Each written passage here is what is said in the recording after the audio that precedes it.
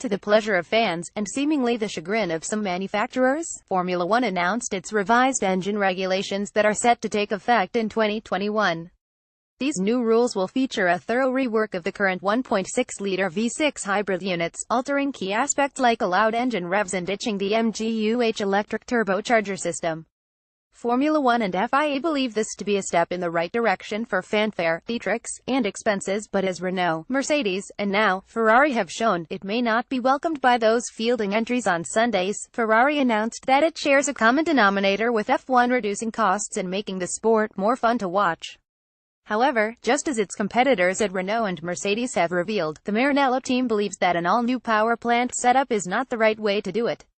To potentially stop Formula One owners Liberty Media and the team's consistent frenemy, the FIA, from instating these new rules, Ferrari could opt to use its controversially exclusive veto power.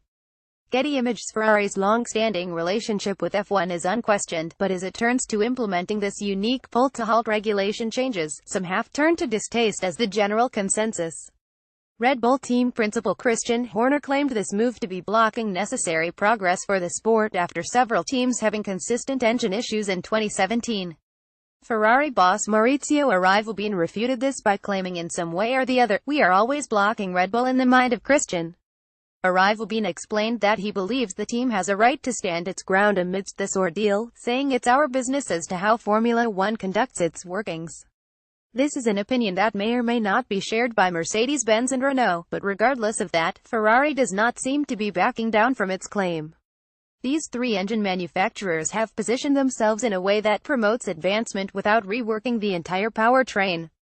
That includes keeping the MGU-H, an often disputed piece of equipment that some view to be too expensive to repair or replace.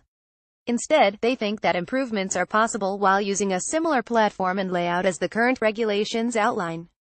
Normally you have the simple equation what and how, Arrivabene said. For sure, it's not Ferrari or Mercedes driving the show, but they are the people who are manufacturing the engines.